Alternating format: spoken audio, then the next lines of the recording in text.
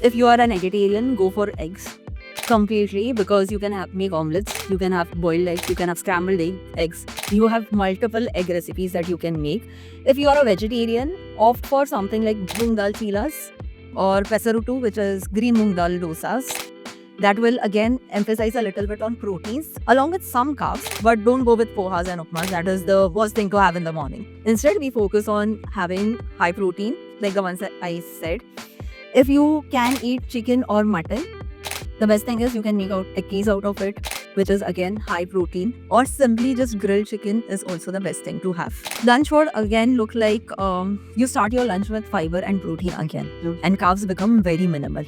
So not like our typical Indian diets where we are eating one portion of roti. So where you are eating 2 bowls of rice, I would say go for 1 bowl of rice. Yeah, or even lesser. But on the contrary, you should have 2 bowls of dals, which would be a thick dal. And if it was someone who eats non-veg, then how much meat? Like how much chicken or prawns or fish or mutton? So 150 grams without bones, 200 grams with bones is doable. In between, if someone is feeling hungry, I would then recommend a protein shake. That would be better, or essential amino acids. Dinner would mostly begin with, my recommendation would be begin with soup. It will have most of the nutrients, like micronutrients that we want. So dinner would look like small portion of, again, protein, I would say, and salads. Try to go no carb, Low carb for dinner. Like no carb. no carb actually. And if you can eat around like 6 p.m.